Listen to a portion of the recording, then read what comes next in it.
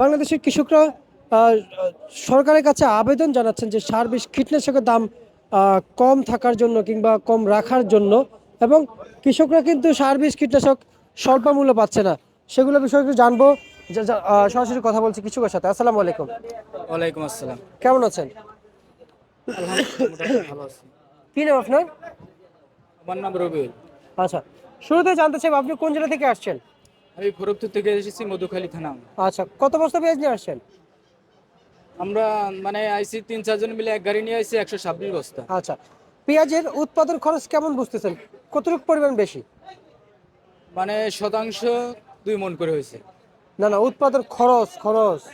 মানে টোটাল জি জি জি, উৎপাদন খরচ কি আগে থেকে বাড়ছে? আগে থেকে বাড়ছে। আচ্ছা। সবকিছু যেমন সারের দাম বাড়ছে, সবকিছুরই দাম বাড়ছে। আচ্ছা, গেল বছর টোটাল কত টাকা খরচ হচ্ছে আপনাদের? গত বছর আর নাহলে গত বছর তুলনামূলক গত বছর কয় টাকা আহ, হয়েছে?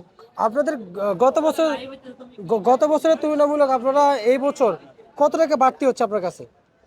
মানে দোকানে বাকি নাকি না না না, উৎপাদন খরচ। টোটাল খরচ? জি জি।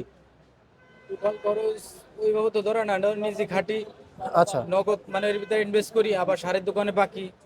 তো সারের দোকানে আমার প্রায় 60-70 হাজার মতো হয়েছে আচ্ছা, টোটাল। মানে সব দেখা হয় না তো, মানে আইডিয়ায় বললাম যে এত হয়েছে আমার। এত হয়েছে। আচ্ছা, এবার বলেন, গেল বছর থেকে গত বছর থেকে এই বছরে আপনি যে বলছেন যে যেমন সার বিশ কীটনাশক কিংবা উৎপাদনের খরচ বেশি, তো গেল বছর তার মানে কি 60,000 টাকা খরচ হয়েছে? এবছর আপনি 70,000 টাকা বলতেছেন। তো এমনই কি খরচ হয় নাকি আরো কোনো কারণ আছে এখানে? সারের দাম তো আগে সাথে বেশি। পাখিতে 30-40 হাজার টাকা খরচ হয়। খরচ আছে। আচ্ছা আচ্ছা আচ্ছা আচ্ছা। আর সরকার থেকে কোনো সাহায্য পাচ্ছেন? সরকার থেকে পাচ্ছি না। কোনো সাহায্য পাচ্ছেন না? এই যে পেঁয়াজ নিয়ে সবই তো আসছে, আমাদের কিনা লাগছে। সবই আপনাদের কিনা? আচ্ছা, আজকের চলমান বাজারে পেঁয়াজ কত বিক্রি করছেন? 27 টাকা কেজি। 27 টাকা কেজি। বাজারে রসুনের দাম কেমন দেখতে পাইছেন? রসুন বিক্রি দেখলাম যে আজকে 45 টাকা কেজি। 45 টাকা। আচ্ছা, অপরদিকে এই যে হালি পেঁয়াজ কিংবা মুড়ি কাটা পেঁয়াজ, হালি পেঁয়াজ তো 8-9 মাস রাখা যায়, মুড়ি কাটা পেঁয়াজ রাখা যায় না কেন?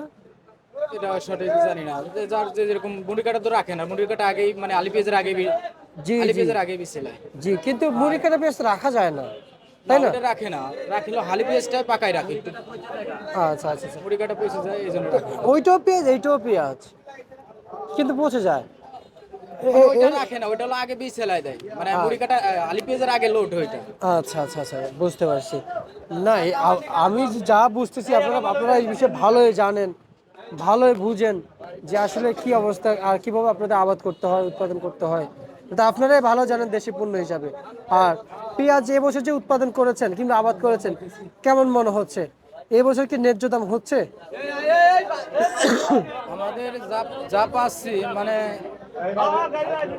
আমাদের 40 টাকা 45 টাকা 50 টাকা হলে আমাদের হতো, মানে আমাদের ঘাটতিটা পূরণ হতো, একটু থাকতো আমাদের কিছু। আচ্ছা, আর এইভাবে আমাদের থাকছে না।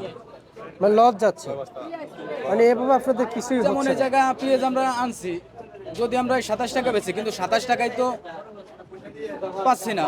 আমাদের গাড়ি ভাড়া আছে, আনার খরচ আছে, সবকিছু দিয়ে আরো ধরেন 40 কেজিতে আমরা 1 মণ বলি, তাতে আমাদের থাকতেছে যদি 1,000 টাকায় যা কেজি বেশি মানে মন বেশি, তাহলে আমাদের বাড়ি যেতে যেতে আমাদের আরো কম থাকে, কিন্তু গাড়ি ভাড়া আনার খরচ এই দিয়ে ফিরে 800 টাকা পড়ে যায়। আচ্ছা আচ্ছা, বুঝতে পারছি। ঠিক আছে, আপনাকে অসংখ্য অসংখ্য ধন্যবাদ।